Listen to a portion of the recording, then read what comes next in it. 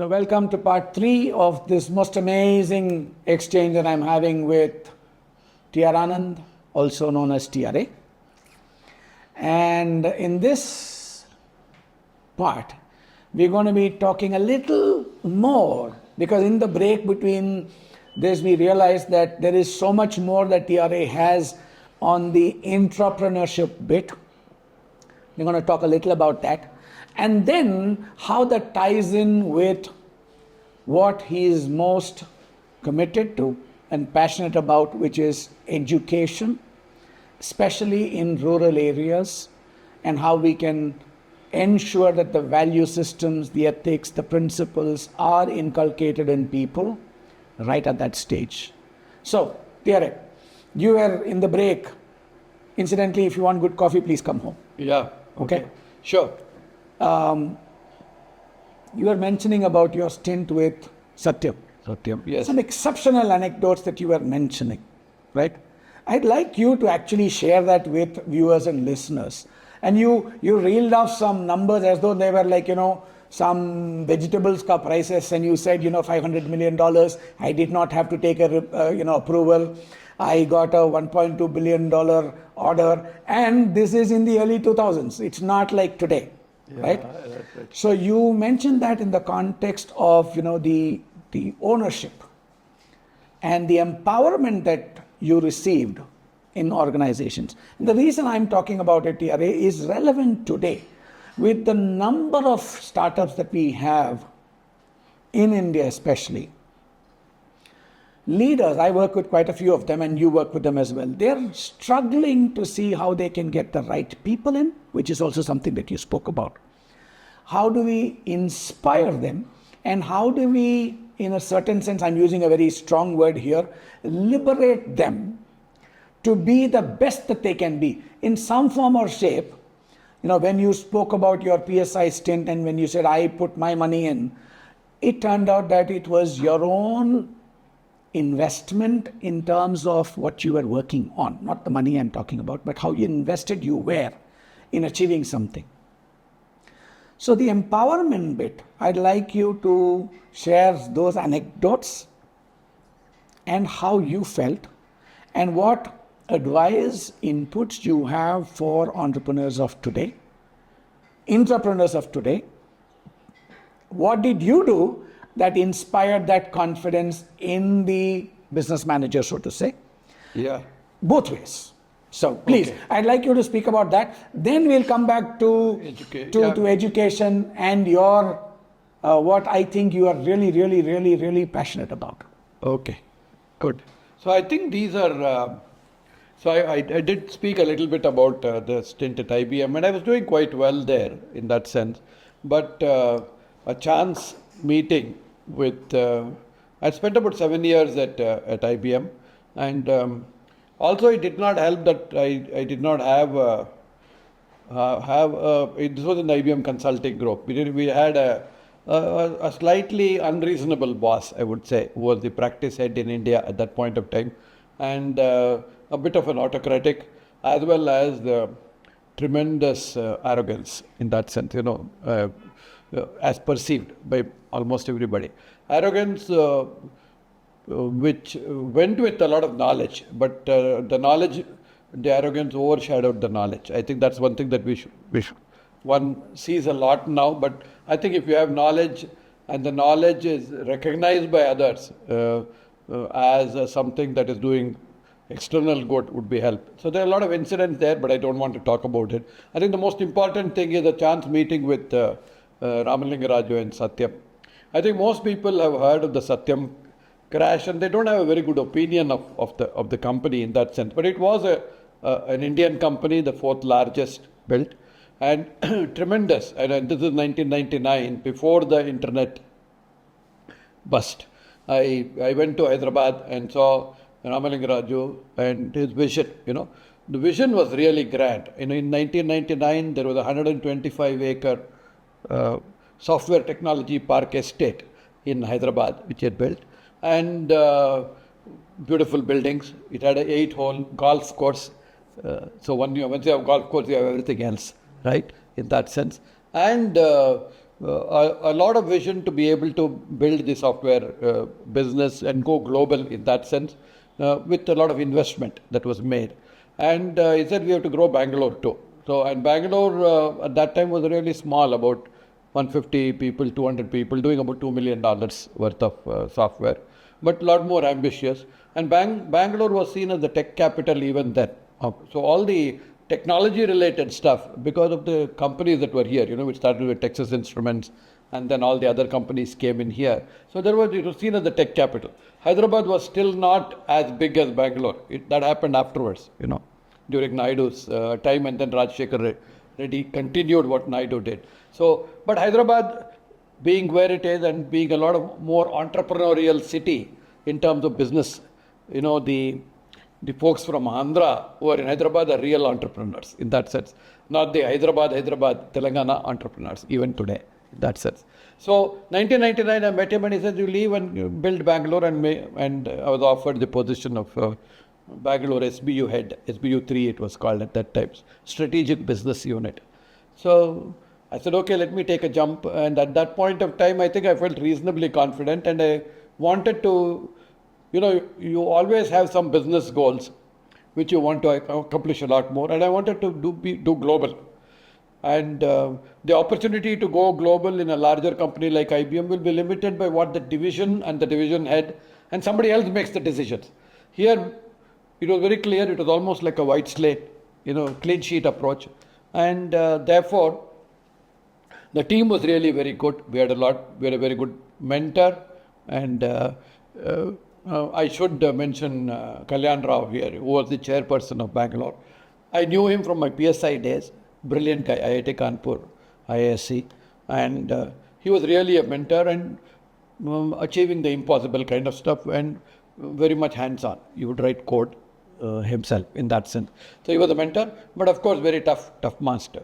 So he was the mentor and the chairperson. I was the business unit head. But if you take then what we did at that point of time was to start building a unit which focused on technology and value addition. And first we decided we are not going to do any on-site. It's just body shopping. So that means everything that we do will be done offshore and value add here. So that was the first major decision that we did. Whereas a lot of the people took the easy way out and sent people, to earn money. And I'm talking about the early 2000s. Second is we focused on projects around technology and adopting the right technology and providing business solutions. I think the business focus was very important, and we focused on specific businesses which we were able to compete. Third is we choose our niche. For example, to cut a long story short, Cisco was our biggest customer. And here is the definition of a strategic partner. We were a strategic partner of Cisco. I won't say the word, I was a strategic partner, my strategic partner is Cisco, because what is a strategic partner is important. If you are either number one or number two, and the company relies on you as a partner, contributing to revenue and contributing to their value addition, then you are a strategic partner. So one of the philosophies that we had in the business unit here was either be number one or number two or get out, in that sense. So don't be a third or fourth partner and have a list of names saying these are all our customers. Third is invest ahead of time in order to deliver value. So if you want to work with any of these people, you need to be able to build things yourself first and be able to demonstrate that you can add value. So that's one of the things that we did. And you have to struggle really hard. I remember we did not have any customer in the valley, in Silicon Valley. By the time I quit and finished, Silicon Valley was delivering $250 million of annual revenue, right? Including companies, 33 Fortune 500 customers we had at that time. Okay, so that's how it was built over a period of 1 decade. But to acquire the first customer, you have to invest a lot. And in order to invest a lot, you have to put in a lot of hard work, which even startups do today.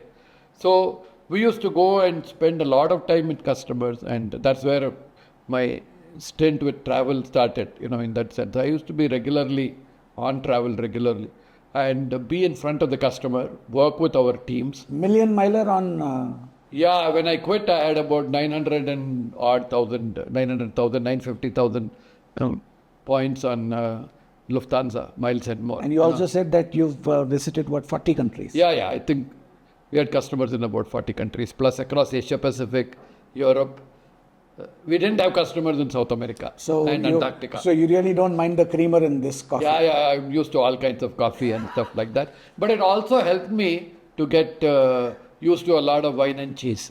Okay. I'll talk to you about how to acquire customers and doing a 9-course wine tasting dinner in the best French restaurant in New York or San Francisco. I think that's that how you would be treat very customers. interesting. That is very interesting. I Yeah, think so- it works even today. Yeah, it works, and it works all right. But and you need to. That's how you take care of customers. But the sad part of it is they used to have, and we used to have, what do you call a sommelier, right?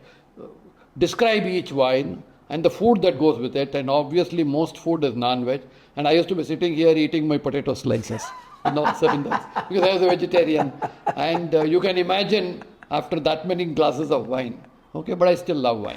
I never drank anything other than beer sometimes and wine, but mostly wine, right? So that's another story. So coming back to Satyam. your question, Satyam, entrepreneurship. Fortunately, I think one of the major advantages and empowerment was Satyam management fully empowered the business leaders. I have not seen that level of empowerment anywhere. I worked with many organizations. They fully empowered you as long as you set your targets. There are some guidelines, but once you set your targets and you're meeting the goals, that's it. Review is one hour a month, and after that you go and do your business. What would a 1 hour review 1 hour comprise review of? would typically be, so we had what we would call as a strategic business CFO.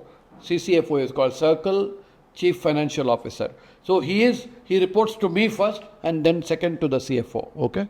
So in a sense, that person is your business support. We call as what is called as a business support. So very similarly, that you asked what a 1 hour review would be. It would typically have, and I'm trying to recollect because it would typically, you would present the business results in terms of targets, actuals, where you are, what are the surpluses, etc. This is revenue, which is billing. Then there is sales, booking. So you need to have a pipeline and sales. So how does your bookings look like? So that's the second part. Third is what is your funnel, which is your funnel. Fourth is this is all on the customer side. CSAT scores. Obviously, you continuously get 4. Fifth is what are the things that you have done in terms of marketing and branding, analysts and others in terms of the activities and promotion. So all the usual stuff that you do, and then investments that go on. People related, absolutely. Turnover, all that was not much of an issue for us. For us, a lot more would depend upon what kind of people we have hired, what are their what are their competencies, what adjacent competencies have we got, how did we invest in architecture, how did we invest in research. These all mattered a lot. And these were decisions that we could make locally. We would have targets for both revenue and profit. Well, we always made our revenue. We rarely made our profits. The reason is our investments were very large.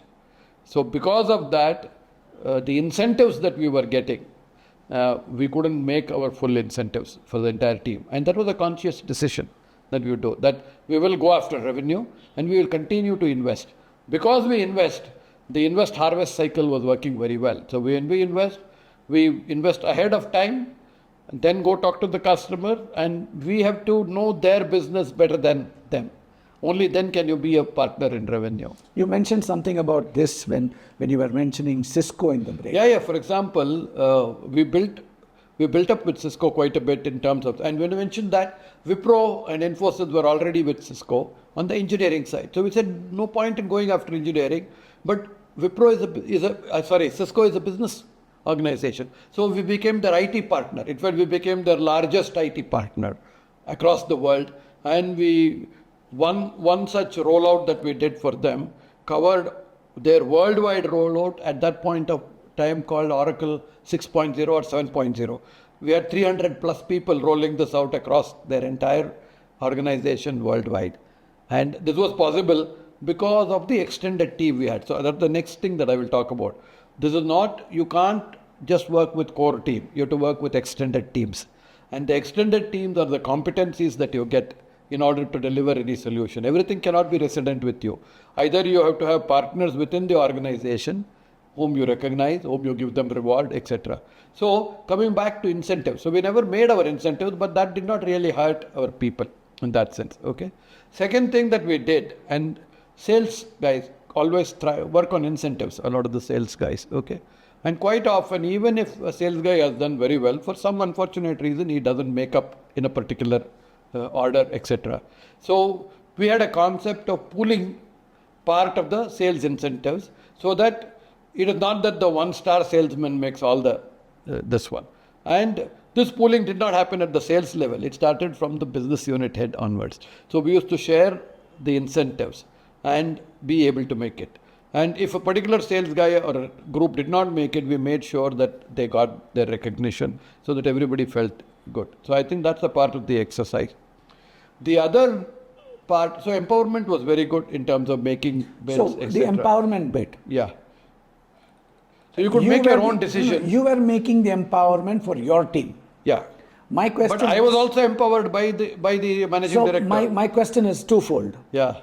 What were the qualities that you demonstrated Yes. that you could take the empowerment, Yes. right?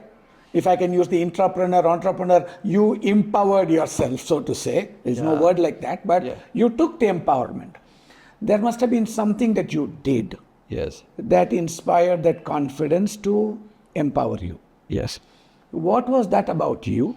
Okay. And this is specifically for people who are now entrepreneurs, because I come across a lot of people who aren't very happy with the level of empowerment. They say that, everything I have to go and ask questions, it has to be approved by somebody else. So it is a certain irritation that it brings up. Yes. Right?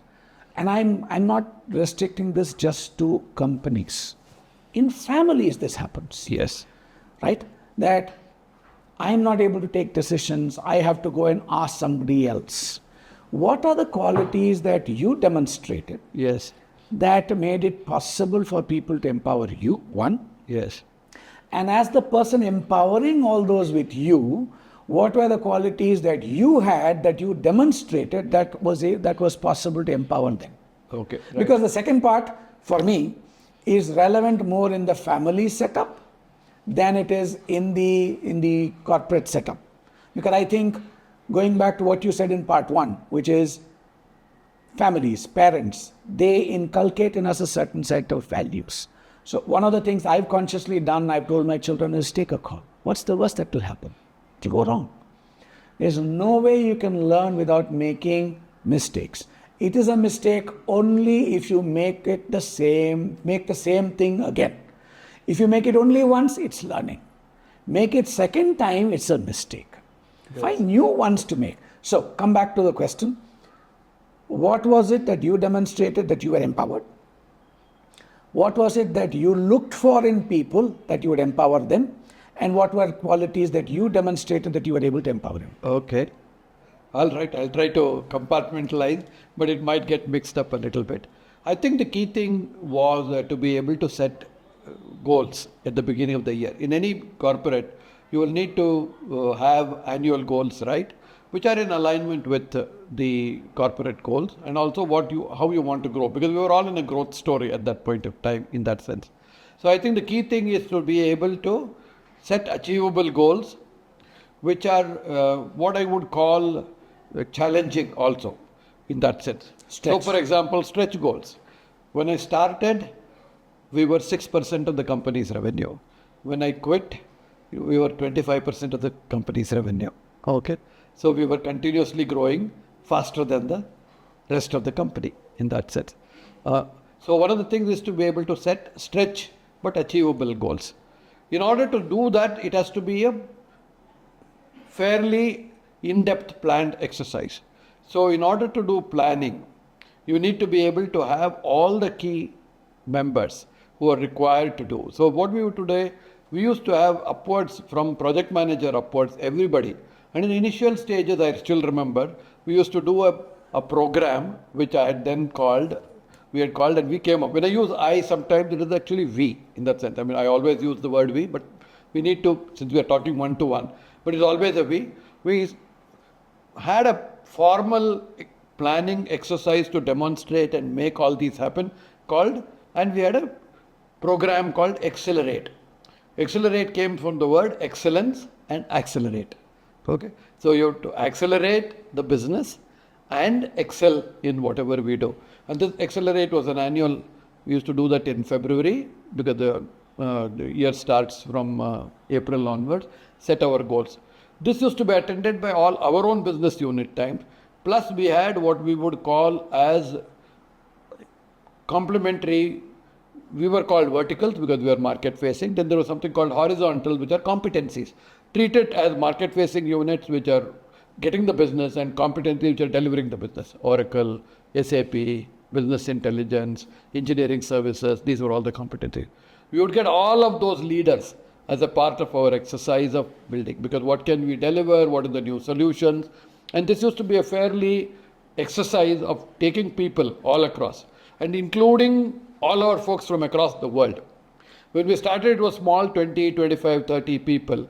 The last big one that we had in 2008 was in Agra with 450 people from across the world, just doing our Accelerate in that sense, okay? Which essentially meant these people, because by then we were thousands of people, right? So we would include all of them into the planning exercise. Second, give them equal recognition. They are not being treated as somebody who will deliver as a service. They are providing leadership. And being able to give, I used to call at that point of time what is called rotational leadership. In the sense, the leader, though we are customer facing, our people need not be the boss or the program manager. Whoever was the most competent to lead, even if it was from another business unit, was made the program manager. So that way, that demonstrates that you make the best leader, provide the leadership for that duration that is required. Second, this is from a way of constituting teams and so on. Second, recruitment and getting people. Obviously, it used to be through a process of selection where people sit. I mean, after you do all the variety of things, we used to have a senior leadership team. The senior leadership team will sit and meet the person, not necessarily for competency, but for teamwork and the ability to have a cultural fit. I think that is most important. So we are looking for a lot of stuff.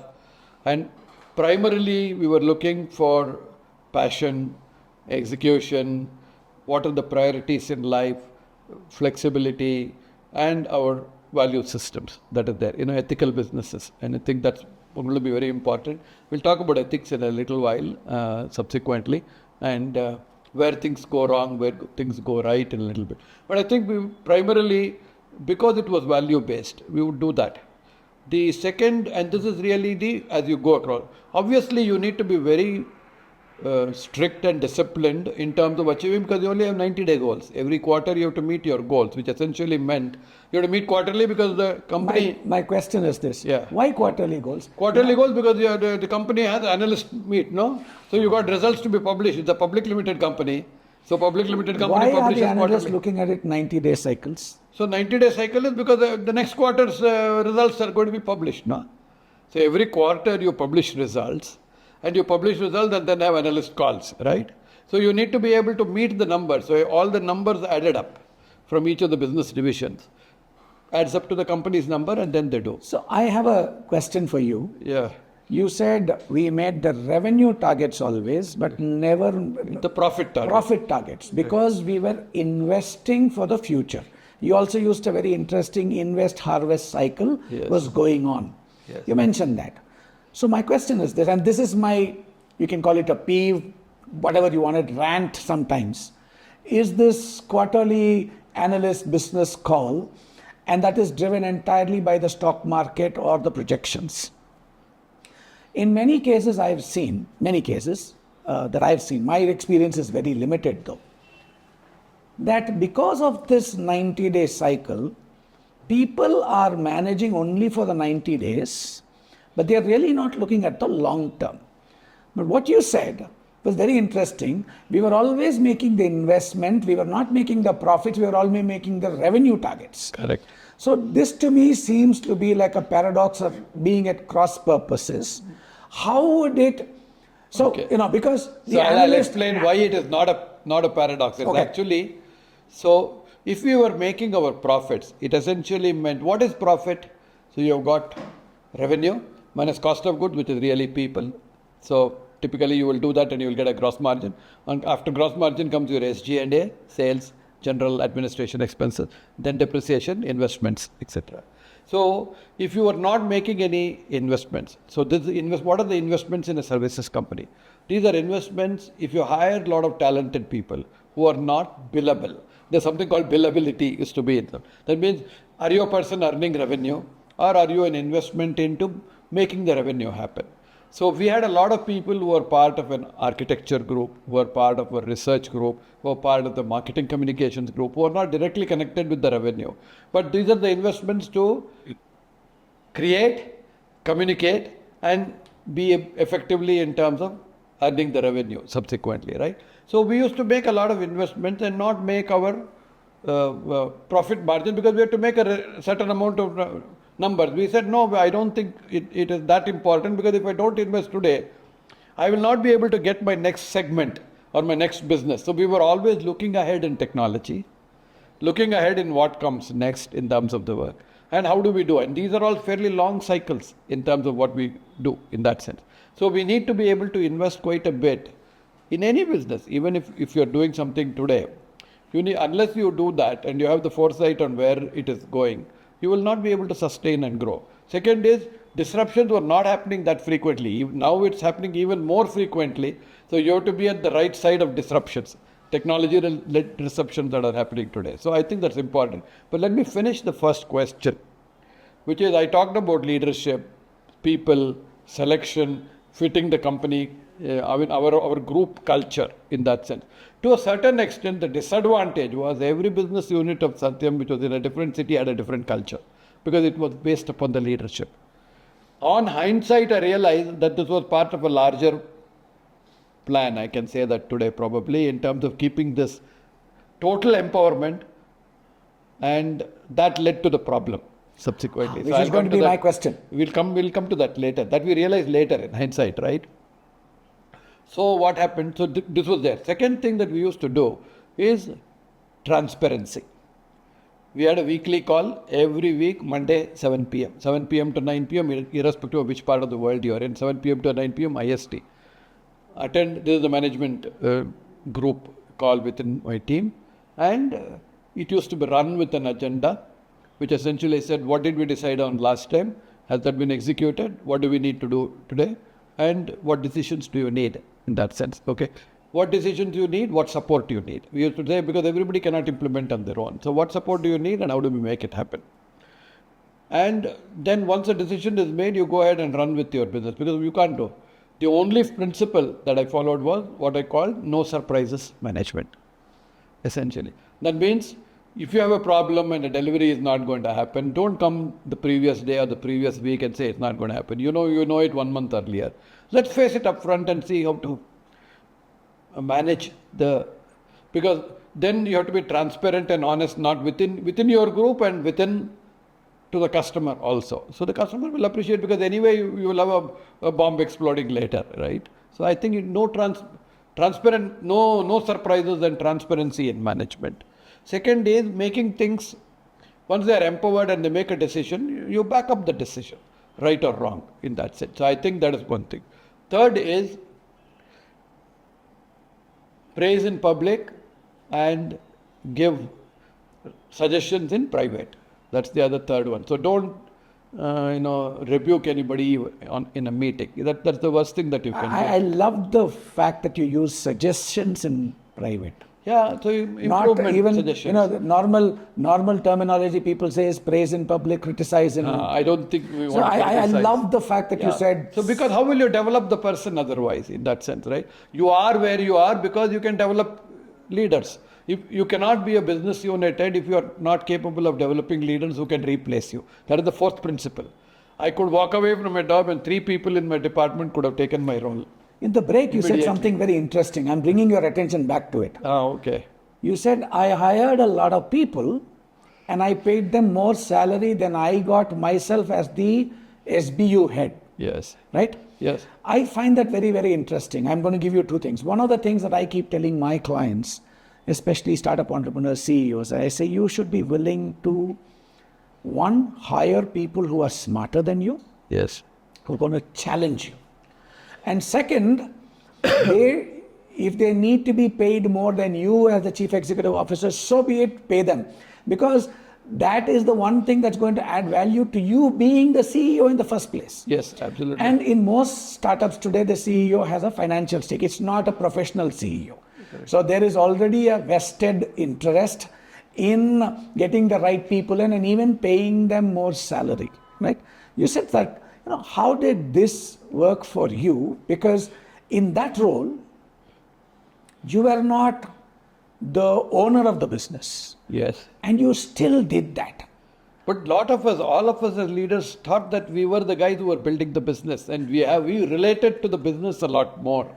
So it was not financial it stake, was not financially, but a spiritual stake. Yeah, not spiritual. It's also the fact that we wanted to be globally the best, So there were, for us, competition from India was always IBM, was always TCS or Infosys, most often. All of us could do the job, and I'll come to that principle a little later. In the world, it was either IBM or EDS. That's it. The rest of the guys weren't even in the same league in that sense in terms of competing. So it used to be finally there. The question is, why did we win some and lose some, or win more and lose less? Is the question we always thought, and I always tell people, when you are with competition who are as good as you, there's no difference. Everybody can do the job. Everybody can get selected. So look for areas where the customer, because he is compulsorily has to eliminate one or two. So find out which areas you can get eliminated on. So not your strengths, but your weaknesses. That's one of the key things that we focused on. That means with this, can I get eliminated? So how do I make up for this? And which makes me a lesser elimination probability than my competitor. So that is one of the key things that you have to look for when you have to win the business in that sense. Apart from all the other things that you have to do, because in any competitive situation, even today, the top 2 or 3 guys can all do the job. They're all equally qualified. They're all equally competent, well led. Everything is same. But naturally, only one person gets the purchase order, right, or the PO. So you need to work on that. What is the other question that you had? I forgot right now. The empowerment. How did you empower people? So you were talking about hiring, etc. Because we are very clear that we are hiring for skills, and especially if you are doing things like business transformation, you need people with an ability to do transformation. With those specific skills where they understand. They bring the expertise. The second major thing was domain. See, you cannot just be a technologist. You have to be a domain-enabled person.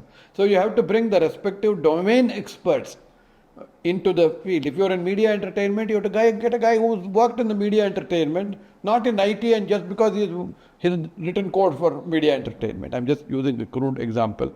But I think you needed to hire people for their ability to add value and complement what you are. And that every one of us understood in that sense, right? And obviously, you will also have to demonstrate that you can deliver. The other thing is in sales. Sales is not easily quantifiable, but a lot of people are successful in client relationships. I use the word client and not sales person, because client relationship goes beyond what you do. And client relationship, people are great client. IBM, for example, in the olden days, had great client relationship managers. They were able to relate to the client a lot better. They were able to represent the company well. They were able to understand and identify what clicks and what doesn't. They were able to ask for an order. They would not oversell, because sometimes you can kill an order with oversell. Okay, all these things matter. So a very interesting thought that comes up right now, TRA. Yeah. Satyam imploded. Yes, so that we haven't come to that. IBM is not the force it used to be. Absolutely. At one point of time, it used to be no one got fired for hiring, buying an IBM computer. Right? But today, that's not the case. Right? What do you think is the reason this happened? Because I think this links, in my mind, to the ethics values that you were speaking about, that it was entirely based on ethics, values, principles. And if it was really based on ethics, values, and principles, Satyam wouldn't have imploded. Yes, I think IBM wouldn't have been, it is still a large company, but it is not the kind of force it used to be. IBM missed the bus in innovation. So it's a different story. I worked in both companies, right? Yeah, which is why I'm asking. IBM, I was there during Lou Gerstner's days when elephants could dance. Yes. Right? So that scenario. Yes. So Lou Gerstner's days, it was great because I think IBM had made the right choices at that point of time, had what you would call mainframes with ES range. They had something called an AS400 computer. People didn't hear, but AS400 Silver Lake used to be great in that sense. Then they had an RS6000, which was a RISC machine, which was very good. And then they had personal PS2, PS1, etc., personal systems. But where IBM missed the base, where they missed the entire software revolution. IBM's OS, for example, OS2, used to run on what, 16 kilobytes? And OS2, you could not make it crash. Whereas Windows, which came in, every 1 hour it would crash, right? Or 1.5 hours you can make it crash. But IBM never positioned OS2 properly in that sense, right? This is a great operating system. But to answer your question, after this, it all depends upon how leadership and succession happened. They moved to services, IBM Global Services, and Sam Palmisano became, and it was great during Sam Palmisano's days because he understood services. He was head of the IBM Consulting Group and then services. But when services grew, the question then was, would you continue to provide services along with your platforms, or do you want to remain a services company? They were neither this nor that kind of scenario. And the entire PC revolution, as it happened with Lenovo, Lenovo was a great laptop, but it got sold to the Chinese company and they sold the brand and then became. So they were not able to keep up with the innovation that is happening in this entire space. Second is the entire technological revolution was happening at too fast a pace. This is my reading in terms of IBM, and companies need to be nimble enough. So they were not nimble enough in the marketplace, and many other folks took over the market in terms of the responses. There was, with a unique proposition, Dell, for example, came. Dell had their market proposition was reliable workhorse computers which you can assemble yourself at very competitive cost. That's Dell. Michael Dell for you. And then he built several billions, tens of billions of dollars of companies. Even now Dell runs. Yes. Okay. So each one, HP had its own scenario. HP went through its own storyline anyway, in that sense. So different. So IBM, I think, did not innovate fast enough and also identify which segments they wanted to be in. So that was one part of it. Satyam, the problem was we were all empowered and we were working very well and growing. But there is this personal, I think, ego and wanting to be known very well in that sense. And here is where it's okay now, 10, 15 years have passed by, since 15 years now, 2009, right? So I think we were doing all well. And what we didn't realize at that time was that each business unit, and we had 4 or 5, to simplify matters, about 4 business units, we were never reviewed together.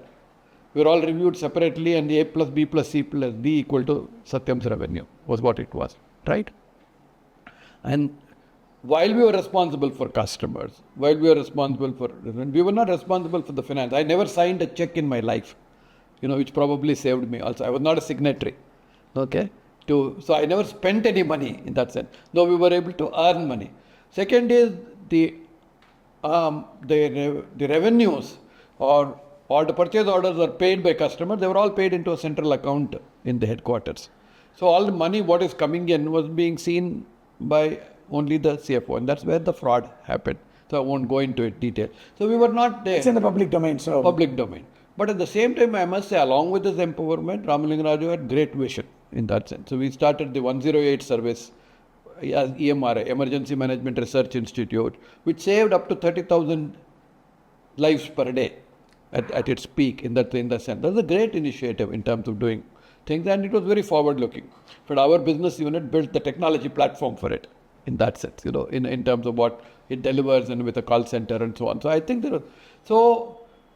scenario is if you lose sight of and if your ambition overtakes your growth, We were growing quite nicely, but I think we were fourth in the list. And I can mention this now. I think the marketing guys used to make charts, okay? And I think in one of the charts that they put up to the management, in one quarter, it became fifth and Cognizant became fourth. So immediately the management said, Cognizant is not an Indian company, it's headquartered in New Jersey. So we are still fourth.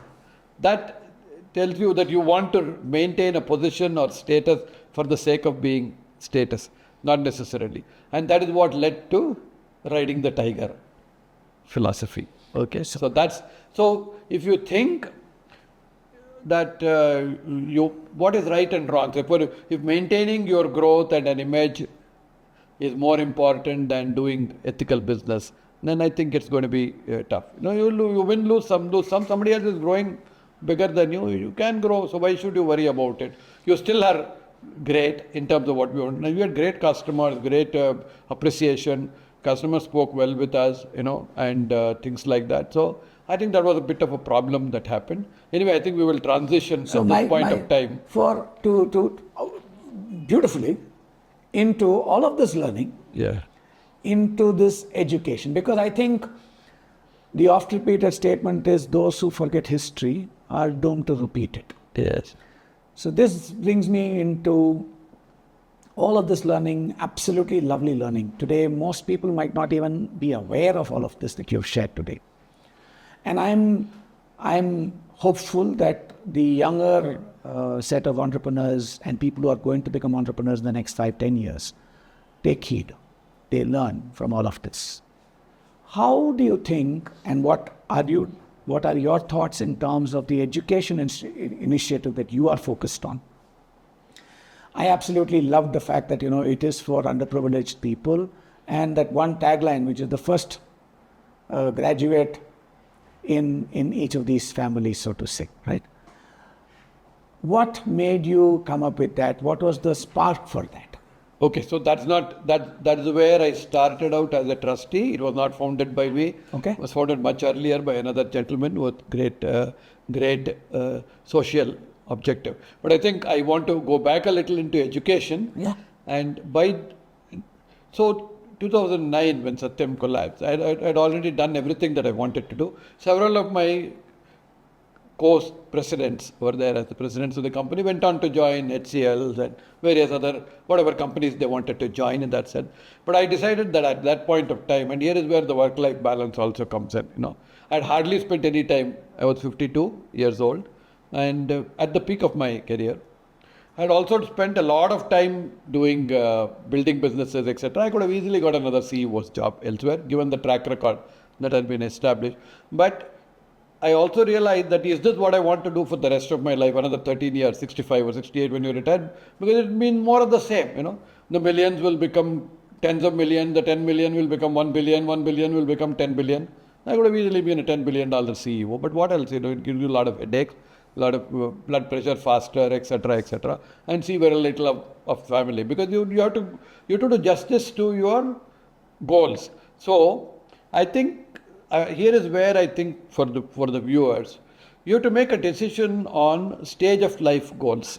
Okay, in the first 20 years of your career, you are making stage of life goals where you want to earn financial security.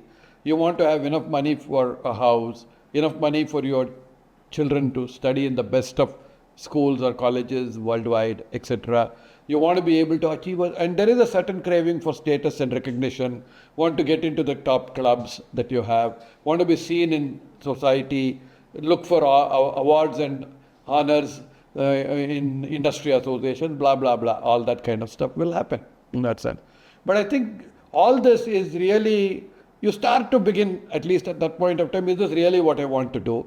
And of course, if you haven't had a good family and work or balance, that is when if you hear them, your family say, and especially I think you have to, in a family where husband and wife, both me and my wife were professionals, if you are professional and both are equally competent, if one has sacrificed the career for the other, because both cannot grow equally, the children will definitely suffer in that sense. So somebody spent more time with the kids, educating them, giving them the right values and all that, then I think it's time for you to balance. Second is if you have achieved a certain level and if that is not what your goal is, if your goal is to really continue to be in the same social corporate club circuit, then that is different. But if you want to do something where you say, I have internal satisfaction, in that sense that I've contributed something, and that is where I think your original beginnings of society starts to kick in that sense. In the sense, it tells you this is what you want to do. Second is you also want to do something that you want for yourself. All said and done, these are goals which are of the business entity or your group or team, but you want to have your own goals if you want to do. And I thought I would pick education as my next area because I saw education being transformed in that sense, professional education. And the area that I knew because of the working with hiring fresh graduates, etc., I thought that is the right area. And fortunate for me, I came across an educational institution of enough size, which was in the private industry. I mentioned that SRM University Group in Chennai. They wanted to become excellent. They were not in the top 3 or top 4 when I started out with them in 2000. So I said, I'll quit this and I'll spend 3 days a week with you. And the rest of the days I'll do what I want to do in terms of consulting. So that's when I moved from software to consulting. And the reason why consulting suited me was I had done my stint at IBM Consulting Group. So I had actually done strategy, operational excellence, etc. So the consulting thinking of,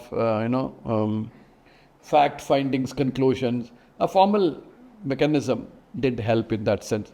So I did some amount of consulting in order to continue to keep myself engaged, but I did a lot on education, primarily with SRM University Group.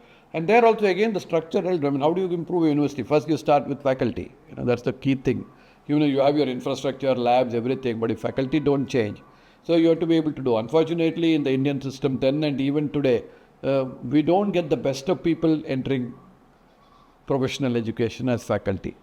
Now people go abroad, they join IITs, they join corporate. If you don't do all those things, then you join another local non-IIT engineering college as a prof in that sense, right? So unfortunately, that's the reality. So if you don't get the best of people and attract, so the first thing is you have to pay well, you have to recognize, give them the labs, etc. So I started an SRM Research Institute here in Bangalore because I had my team. One of the things that I had is we had a 40-member team here. I said, I told SRM I'll transfer the entire team into an SRM Research Institute because anyway, the company that acquired us had no use for them, And that's another story anyway. I don't want to get into it. They're a big company now. Yeah. But this is the other transition that you have to make. And I started the SRM Research Institute and then started to look at improving the various areas, marketing, communication, faculty. So I did a fair amount. They also took up a lot of suggestions and really the college came up. I also did a certain amount of planning for their 2 new universities, which are the SRM Sikkim and then the SRM AP Research University, which is really doing very well in Amravati. And that's the second time I had a chance to interact with Naidu. Okay, the first time was during the Satyam days. I was very, very focused. Probably the only CEO of a state, CEO of a state as you call it. He was the first one to institutionalize the in-government, the accountability, etc. Anyway, that's a digression. So education, I started that activity and worked also with a couple of other universities in advisory. Because of the background, I used to get involved in because I'd done the selection of all the professors, directors, up to the vice chancellors even of universities. So that's a different kind of activity. But that helped me to be able to take. But SRM was still a very big institution and education was changing a lot. And you needed to bring in competency and skills based, what the industry wants in that sense. And that cannot be done unless you change the education system. And you want to be able to get to a system which allows students to learn by doing. Actually, the slogan that my friend Chancellor has said is learning to learn is what you want. Learning to learn is what drives curiosity, what drives ability to work in teams, and if the content is interdisciplinary. So we said you have to be interdisciplinary because the word is interdisciplinary. So this is one part. But I still had 3 days a week, right, in education. And that's where my Thai stuff started. I became a charter member in Thai in 2007 in the Valley. Okay? Because I knew at some point in time that I had to work with startups and young mind. The notion then was working with youngsters in a disruptive society keeps me young in the mind. And I have to compulsorily learn. And at some point I'll talk about student for life, which I think I am. And what does student for life mean? Anyway, I'll take a pause here. But I haven't answered your Swada. I'll come to that Swada Foundation. That's more focused on more outreach. I didn't start with Swada in 2010. To be honest, I think it started only around 2018 or so when I realized that doing all this for professionals in cities and well-to-do people is all right in these big universities, but that's not really going to transform. And then I came across this gentleman who started Swada Foundation. And then he asked me also whether you want to be a trustee or will you contribute as a trustee. So I said, I'll be an active trustee. So I'm pretty active in that area. So that's what I do. Where are you not active? Anything that you're involved in, you're active. That is something I know, so which is something that people need to learn as well.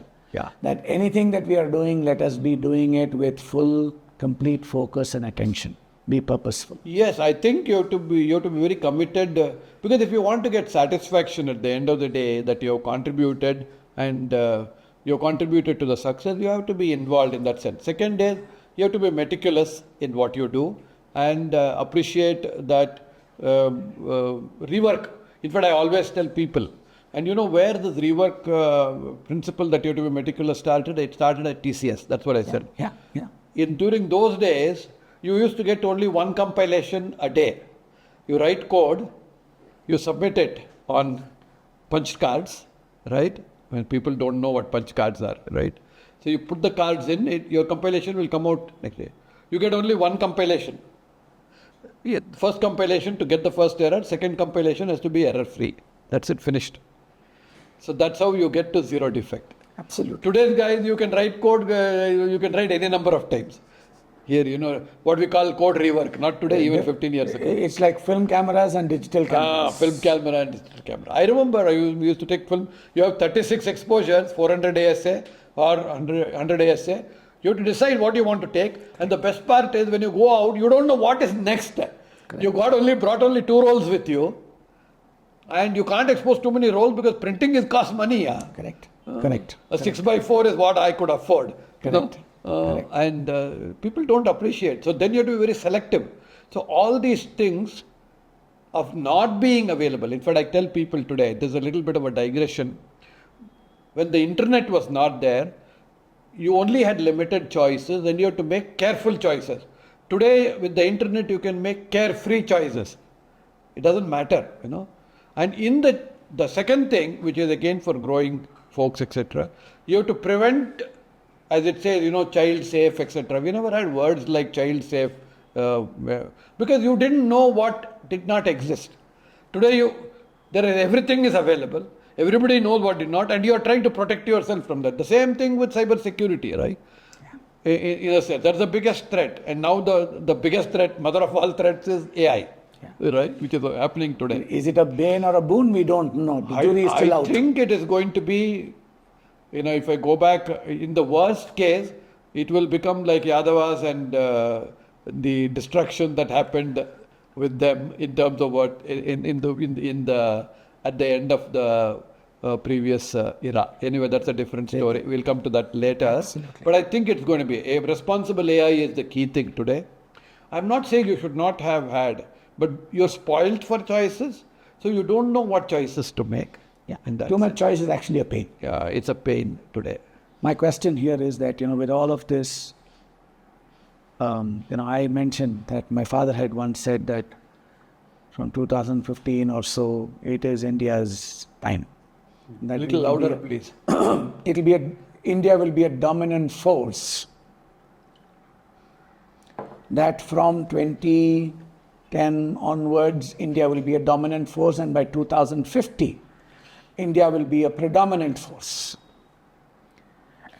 I don't see that happening if we do not equip our youth with the right kind of knowledge. I'm using the word knowledge rather than education. Right kind of knowledge. More importantly, the right kind of values and ethics.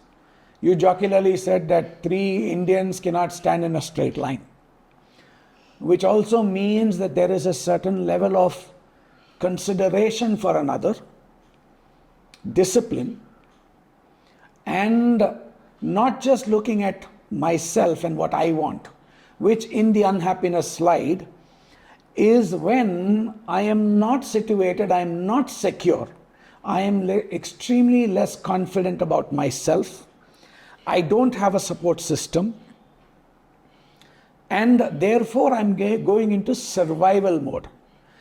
I can understand from the neurological, psychological perspective, I can understand that over the last 250, 300 years in India especially, we've had a lot of lack rather than abundance. You also mentioned that there is this wealth creation that is happening, that there's a lot of wealth is being created. All of that, you also alluded that the wealth is getting accumulated, that the retail trader is not, retail investor is not making money. The big ones, the ones who take the long punts or short punts, I'm using the word punt intentionally, they are making more money, the hits and misses and all of that. So I'll come to the actual question now. All of this will completely depend, will hinge on the youth being able to have the right kind of knowledge, convert that into intelligence by using it, and be wise that we have responsible AI. If AI is going to be responsible, AI is going to be the important thing.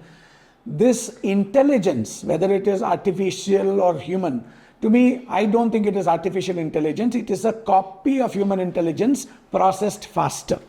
I don't think it is artificial. Human intelligence being programmed, it is just processed faster.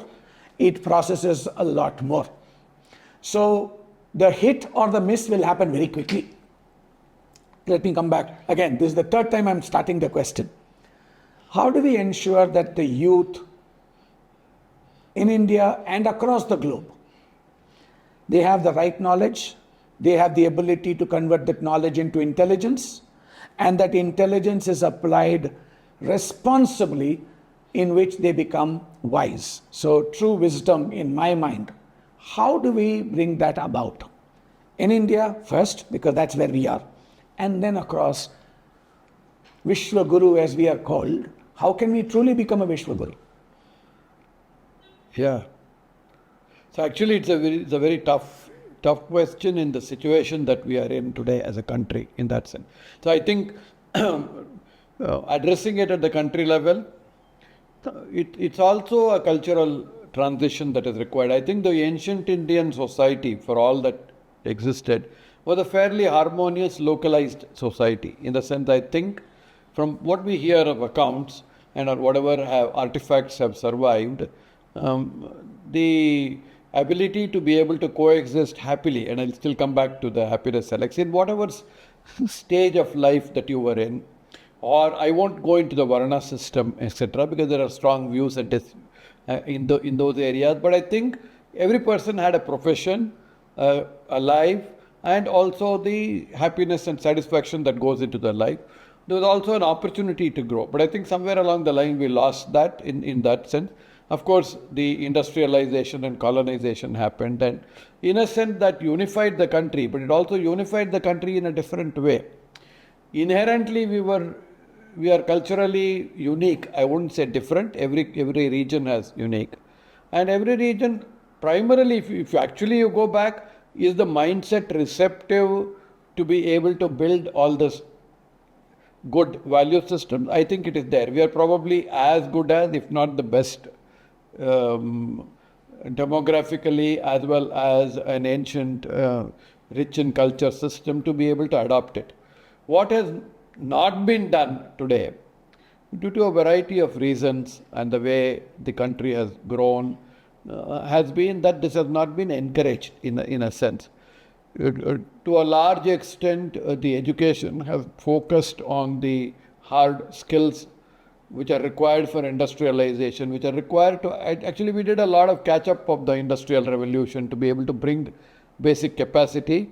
Otherwise we were importing everything, right from food and PL for 80 days. People forget that we actually used to import food, and when people used to starve. Nobody has heard of starvation. We are surplus of food and we burn food because we are past the 20 or 30 million tons of storage that we have. Beyond that we can't store anymore, right? So I think in a sense that abundance has happened in terms, we are no longer, nobody talks of actually having a famine. So that stage is over. But in the process, what we have not emphasized in the education system, and this happens even in the next generation, if I consider my generation and the current next generation and then the children that are there today, this system of my good, my family, my community, and then my environment, to a large extent, it is still my-centric. I mean, the aspects around public good and the values that used to go with it have somehow not been ingrained. This is because we have also encouraged a very competitive nature. Competition for everything. As really, competition means I must get ahead first. It's also a culture of win-lose rather than win-win. Because you have intense competition and one person has to win, somebody has to lose in that sense.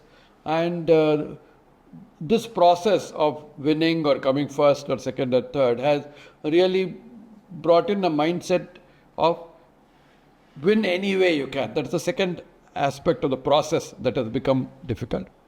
Some processes are ethical, some processes are not so ethical today, but ignored in a sense.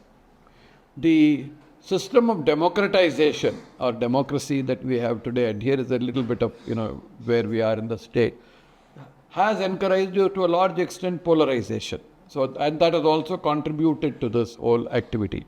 If instead we had a system, maybe it would have been easier if we had a two-party system, I don't know, or a three-party system. We probably started that way, but I think just like land got divided among for future, the subsequent generations, I think political parties also kept getting splitting. So now we have a plethora of parties that are there, each with own ideology. But in a sense, they are all about the leader wants to become the next bigger leader. That's their simple principle in that sense. And looking for those. So in a sense, how do we get the education system back in that sense? This is actually a question of being able to build. It is not even an education system. So education is a lifelong. So how do you really educate all people in a community to be able to be considerate to others? All that it requires is a little bit of consideration. A lot of it will come with discipline. Unfortunately, we are not such a disciplined organization in that sense. The only discipline that was incidental as a window of opportunity was the software system, which essentially, I think our analytical mind, coupled with some of the processes, helped us in terms of being disciplined in order to meet some what we call world class in that sense. But rest of it, which requires discipline and teamwork in a very large scale, has largely escaped us in that sense. So I think that is something that has to be ingrained overall. And how do you get that is the big question. I'm interrupting intentionally. We're talking about software and discipline. Recently, I was in an organization, a software organization. I was there to conduct a program with a couple of my colleagues, friends. Okay. And this is an organization where people are paid extremely well. Yeah. By no means, by no stretch of imagination are these people scrimping and scrounging. They are paid very, very, they are in the top 1% in India in terms of, and the group that we were working with is definitely in the top 0.5% of income earners in India. Even in that group, I am talking about a simple thing as going to the cafeteria for food. In this group, people don't adhere to simple things of standing in line, giving that amount of space. Yes. Personal space, right? So I think, while the software discipline that you're talking about might have been enforced, it was a question of survival, and therefore they needed to be disciplined in the creation of software. Otherwise, they would die. Yes, I agree. I think Right? so. I don't think that level of awareness even exists in many people. It's a very small minority of people that are even aware of their surroundings in terms of where am I? Am I stepping on somebody's in the road, in the metro? This is a pet peeve of mine. Can we not be a little more considerate? And I don't think it's about, this is the knowledge that I'm talking about, TRA. How do we get that in? So it is actually culture, in a sense, and the environment and how you are able to discipline. It has to be, I'm not saying all 100% are like that, but a majority are this way. And I think there are enough examples which you say. So education is not, and it doesn't mean that if you have become successful in life and become managers, etc., and all that, whatever you say, you are educated. You're not you're educated in a sense to earn your livelihood, but you're not educated to live in society, decent society, with respect for the individual, with consideration for greater good, with personal space, personal hygiene, for example. I still know people, same kind of community, they'll stand in a line, they have their plate, they'll pick up one roti, look at it, put it back in the buffet, pick up the second one. I had to tell somebody like that, you're not being hygienic, Don't pick up you as much as you want, but pick up one and put it in your plate. And if you don't like it, put it in the waste paper basket. Even that is a waste. But they say, what is wrong with it? They don't think it is wrong to be able to handle food which somebody else has to eat. Simple considerations like that are not there. So we are not considerate enough to consider what is good for others. What is good for me is good. The rest of it, I don't care. That's the attitude. I don't care attitude. The second is parents. Do not inculcate this immediately. They do not tell their children that what behavior they're demonstrating is not correct. In a sense, you have to be considerate enough. And they just encourage leniency. Leniency is good, provided it is within limits. But discipline and the ability to consider others is not there. So parents are themselves not there. So the next generation is like that. And they are all encouraged to get upfront, in the sense, be bold, become I have to be the first. I absolutely pick up on this because I see parents on two-wheelers dropping their children off to school, and the children are not wearing a helmet themselves. Children aren't wearing a helmet, and the parent jumps signals, drives on the wrong side of the road, cuts across people, and all of that. So, it could be termed as a rant that I'm saying, but because you are speaking about education, I am therefore I'm not using the word education at all. Awareness and knowledge. How do we increase this?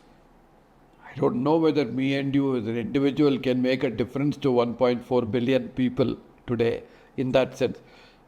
It has to come from, I would say, in today's world with social media and with the kind of hold it has on shaping values. I'm using a fairly strong word. I think social media is also shaping a lot of values, and leaders that have to demonstrate these as being good. Then only I think some effect may be there in that sense. But every education, it needs a complete overhaul of the system. You cannot do patchwork today. I completely agree. I'm suddenly, as you were saying, and when you said whether you and I can, I'm reminded of an anecdote. There was this interview of the Dalai Lama by the Hard Talk, the BBC correspondent. Yeah, Hard Talk guy, right? And there was a question posed to the Dalai Lama. He said, "What do you think of global warming?" And I absolutely loved the answer that was given by the Dalai Lama. He had that twinkle in his eye, and he looked at the person and said, I know nothing about global warming. I don't know how to take care of it. But one thing I do is whenever I leave the room, I switch off the light. I close the door. If there is a tap that is open, I close the tap. I think if I do that, that's all I can do. If everybody does something like this, I think global warming might not exist. So I think when you ask me this question, this is something I keep saying, and incidentally, it was not Gandhi who said this, that be the change you wish in the world. It was actually said by another person in a different context. And they said, be the change you wish in your world. So I'm practicing that. And your point that, social media has this extreme power, either which way we can look at it. Hopefully, right now there are only hundreds or thousands of people who are watching this podcast. I'm hoping that it will grow and somebody will watch this and say, okay, there are these people, it's not a rant, they actually care. So let's do something about it. So I think, anyway, so I'll set that aside because I don't think, I think you and I can. We have to try and extend the influence that we have and see that it can be done in each home. And if you are able to, if you have a receptive audience and if you are able to do this. So for example, I don't do this regularly, but my wife does. She's a pediatrician. She sees children, and when parents come, she tries to teach them good habits and what is good and how to distinguish between food and products. For example, anything that goes through comes from the farm is food. Anything that goes into a factory and comes out is product. Okay, in simple words. So have more food, less products. Simple in that sense. Very interesting because it just triggers another anecdote for me. I do a lot of, I'm privileged to do some work with youngsters. And most of the youngsters that I work with, I've never met them. But I work with the parents and the children become all right. How did I start doing this? I met my coach, and I met my coach for a certain personal situation. And his response was for our children. He said, I don't need to meet your children. You and your wife come and meet me and please participate. He worked with us and our children became better.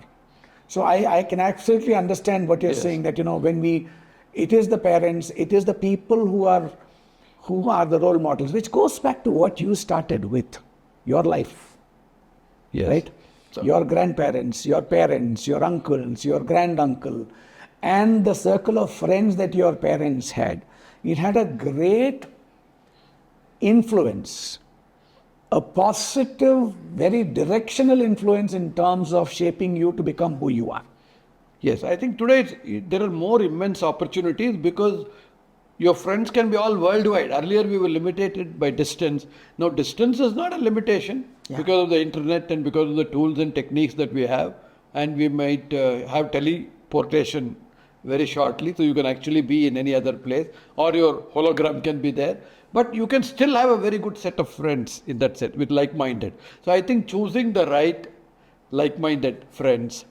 Second is ability to communicate and use every opportunity to be able to demonstrate, I would say, in a very pleasant way is possible.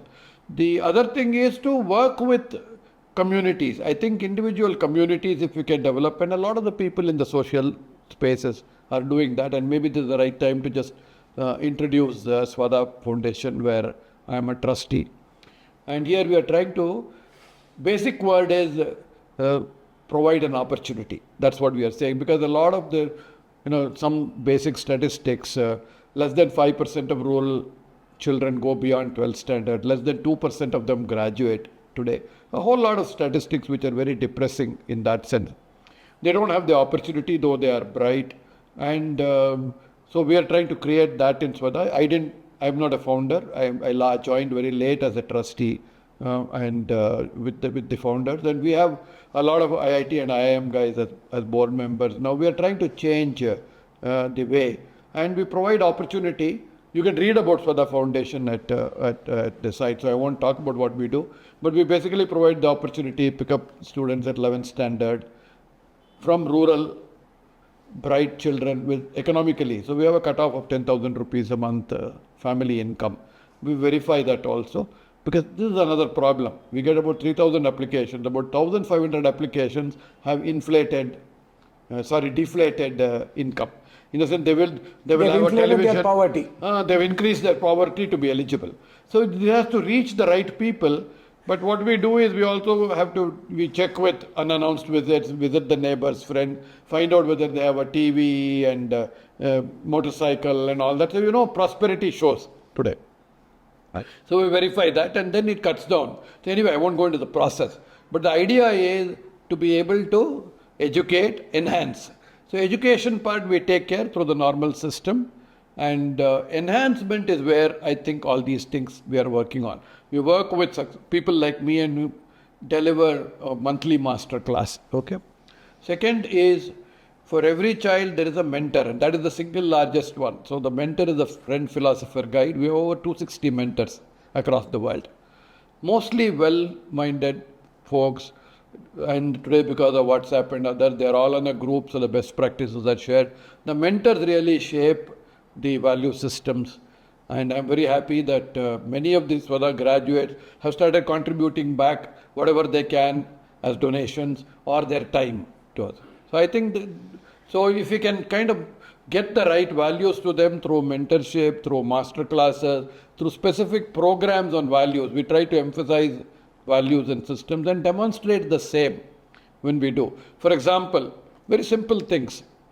Whenever we have a program or a function at the Swada, there are no dais, there is no, we just take wherever it is, either we stand or we pull up one chair and sit and finish the program.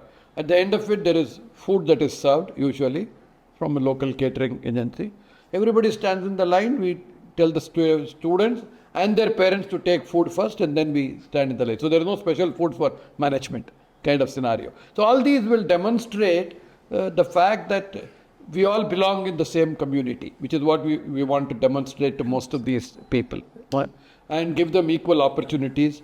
It will develop them, and that gives a whole lot of satisfaction and happiness. It's very difficult for me to express that. So I think if this can multiply, if India has 100,000 villages, if you can do this in 100,000 villages, then I think this culture will spread. Now the question is, are all the major programs that are being run by the government, does it focus on these aspects, or does it just focus on the material things in life? That's the question. Again, there are three things that I got from this. One is, I think we will get together again on a topic that I have a completely different opinion on. Views on the concept of education. Okay. So that I'll take a rain check and bring you in. I have one more person in mind where I will bring that person in, and we can have not just tripartite conversation. Tripartite, right, on the concept of knowledge, education, and what it constitutes. I'm told that once Swami Vivekananda has said that don't preach Vedanta to people who are starving. Today in India, on one hand, we have a surplus of food that we are not able to store and we are having to dispose it of.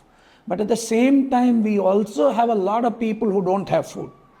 So that is a dichotomy that I'm not able to comprehend as to how that can exist to me. Well, that happens because there is intermediation, or there are intermediaries. So the farmer really, the marginal farmer I'm talking about, not the rich farmers who don't pay taxes. I have a different view on that. People who don't deserve the subsidies are still continuing to get subsidies, which are entirely based on characteristics which were valid 75 years ago and have only been strengthened.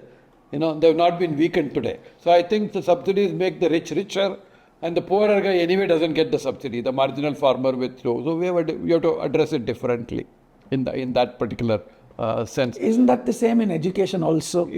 That's what we are trying to change in a sense, and a lot of people are doing that. And I must say that many people are trying to bring in this, bring the change in terms of education. And fortunately, a lot of NGOs working in this particular area, and bringing in digitalization has also helped in a way today. So content can easily be converted. You don't have to. There is a lot of content already, and I think it's made available in local languages, etc. That's Because happening. I heard my classmate who was a guest on the podcast, Professor Chandramouli from the Indian Institute of Technology, Madras. Yes. He actually introduced me to this NPTEL courses that NPTEL is there. NPTEL is great actually, modeled after Coursera and edX, which started out in Stanford and MIT. So NPTEL is doing a great job, Yeah. and it is recognized. So you can actually do NPTEL credits instead of credits.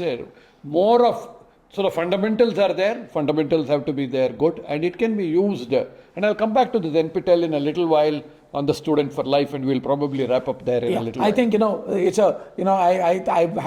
I've over imposed on you and your kindness. I've had you for the entire day, and we've been recording. So there are two. Did we complete that question that you mentioned in terms of how to get empowerment and how to get the education system? I think going? that's a separate thing. I think I've parked it for now because I've got the answers that I want, but I think there is a lot more that we need to do in that area for us to be able to probably segment we'll leave only that on and that. we'll come to individual journeys maybe in that sense. Correct. So I think I will want to leave with if you're going Two to wrap questions. up, tell me. I have two questions that I want to. The first question is, you constantly, I've seen you stay ahead of or at least on the curve. You've never fallen behind the curve. Yeah. In the little I know of you, Yes. you've always been ahead of the curve or at least on the curve. Yeah. So most areas you're ahead of the curve, some areas you're on the curve. No areas I've seen you be behind the curve. Yeah. And that is something that I've also aspired to do so that to stay relevant, because I work with some exceptionally intelligent people, and to be able to hold my own with them, I need to be learning every day. Correct. That's So right. I hear you constantly make a reference to Learner for Life. I'd like you to give your thoughts on Learner for Life. After that, I have one question with which we will wrap up. I don't think I should keep you here because I might get a call from your home saying that, please let my husband go. Okay. So I think student for life or learner for life, is both interchangeably used, is required. And one of the things to reinforce, I said, even in the era that I studied in, when disruption and change was happening once a decade or so, I had to constantly reinvent oneself every 3 years or so. If you don't do that, you're probably going to become irrelevant or fall behind on the curve.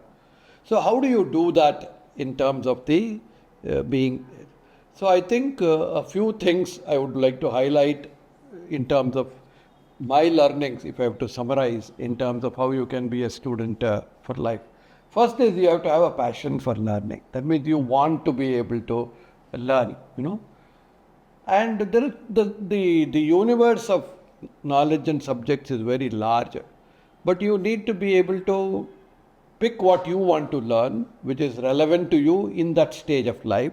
So in the initial years, it used to be technology, etc., etc. Later years, you want to learn the finer aspects of arts, abstract, richness of life, etc. Later, you will get to a little bit more of spiritual, if you want to get to what is spirituality, not religion in that sense, and how does that impact present life, etc. So to recap again, you need to have a passion.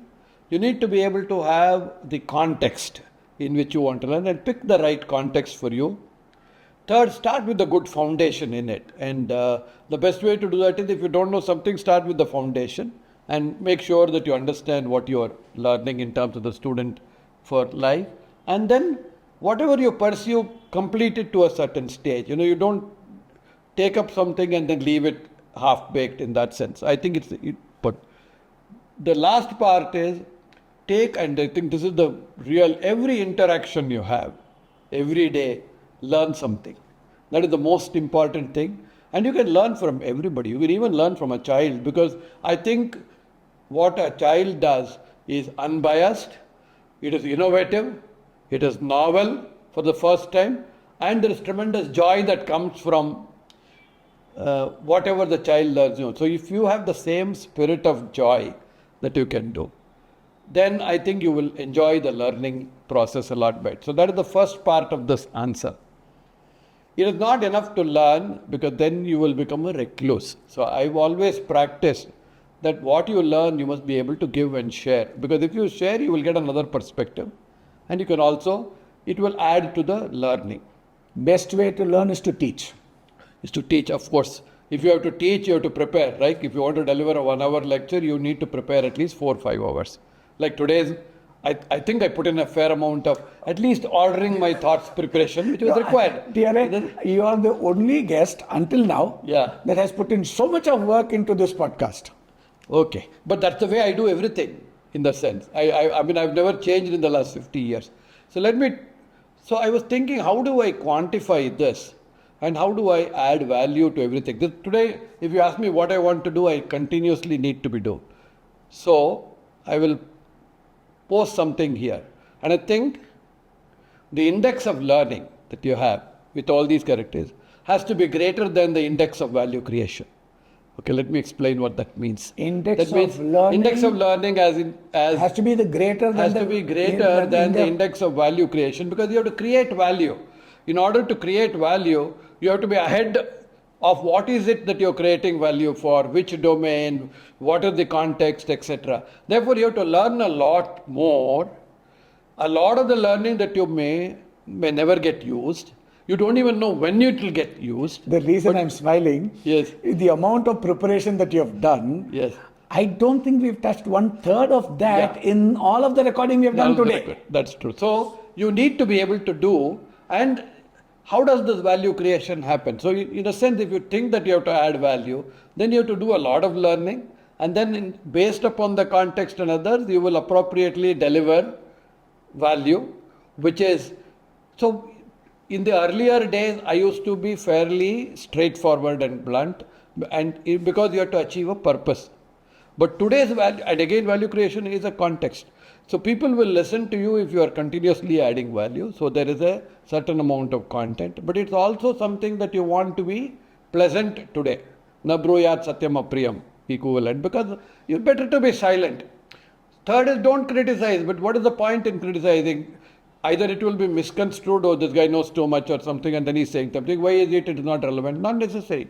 If keep your views, if they are contrary to yourself, you can agree to disagree. There is no problem. Even in business, we do that. But we don't even have to express it today, I feel. In that sense, at my stage in life, in that sense. I agree. And therefore, continue in the present, be happy, and provide advice. Sometimes, most often, I now provide advice when asked. Earlier, I used to provide advice when unasked, so don't advise now too.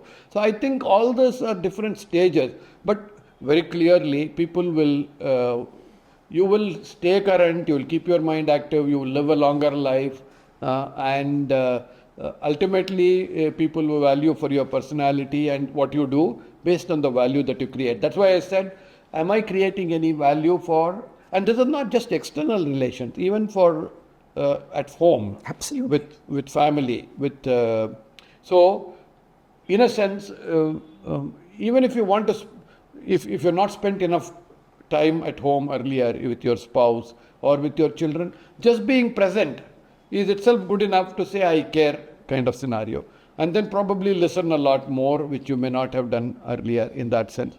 So I think some of these things will help in leading a better, more fulfilling life as you go on, and will take you higher in the elect. By being a student for life. By being a student for life, and learn what you think is relevant for you at that particular point of time, and that is helpful. When I say it to completion, you will say, look, I learned this. What is the gist of it?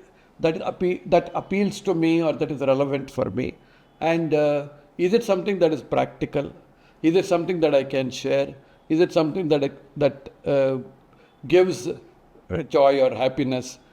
Otherwise, it's okay. In that sense, change and take up something else. Whether irrespective of what it is, learning doesn't necessarily mean increase only the technical aspects of things. Learning can also be something which enhances. You can learn dancing, for example, if you want to learn at this point of time. If you want to pursue music, you can learn. So it is for self-satisfaction. I think we don't give enough, especially high achievers, don't spend enough time about themselves. It's all about external impact. I think internal impact, we probably need to spend a lot more ourselves. So be happy, spend time on yourself. I think that is probably the essence at this point of time. The reason I'm smiling is two things come to mind. I heard this later. I used to always tell people that listen 90%, speak 5%. So they said, listen 90%, speak 5%. So I said, think for 5% of the time before you speak, whether it is actually useful for you to speak, otherwise shut up. And then I heard the Dalai Lama say it beautifully. He said, when I'm speaking, I'm only sharing what I already know. But if I keep my mouth shut and listen, there is a chance I might learn something. So then I also started telling people, the mouth multitasks. I can breathe, I can speak, I can drink, I can eat, I can do all kinds of things with this mouth and tongue and teeth. The ear, I can do only two things. One, the inner ear helps me in staying balanced. Yes. The other part of the ear is for me to listen. And I have two of them. I have only one mouth.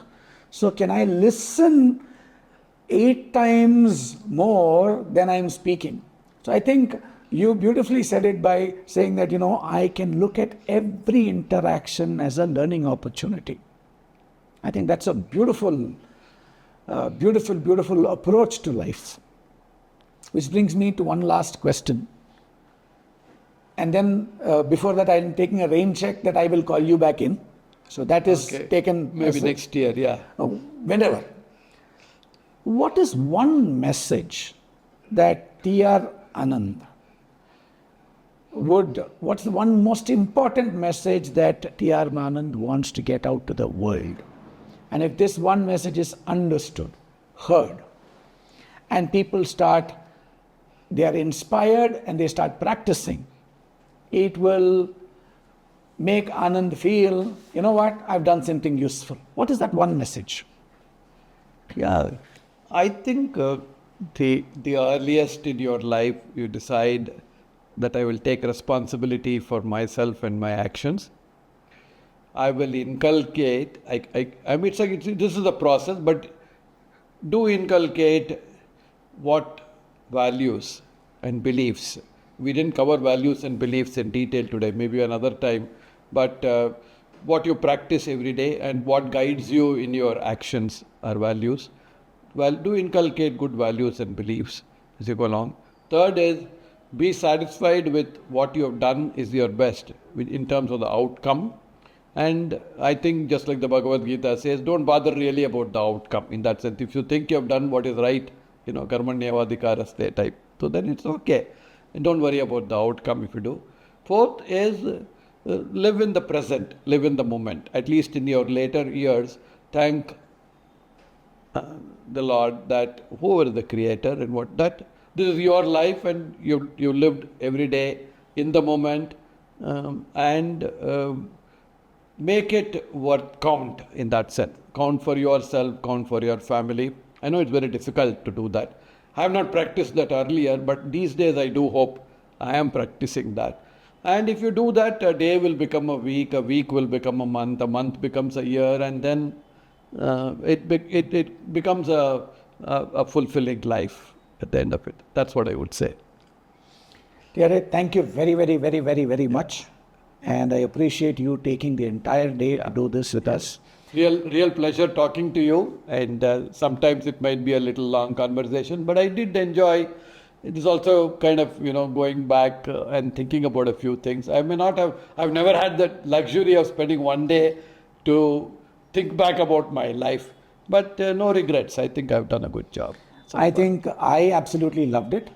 And I always, and this is something that is, except for the first 2 episodes which I did on my own, every other episode I've always concluded with saying, there is so much more to do. Why are we concluding it now? Right? I'm sure the team and maybe the viewers also felt that way about the first 2 episodes, which only had me.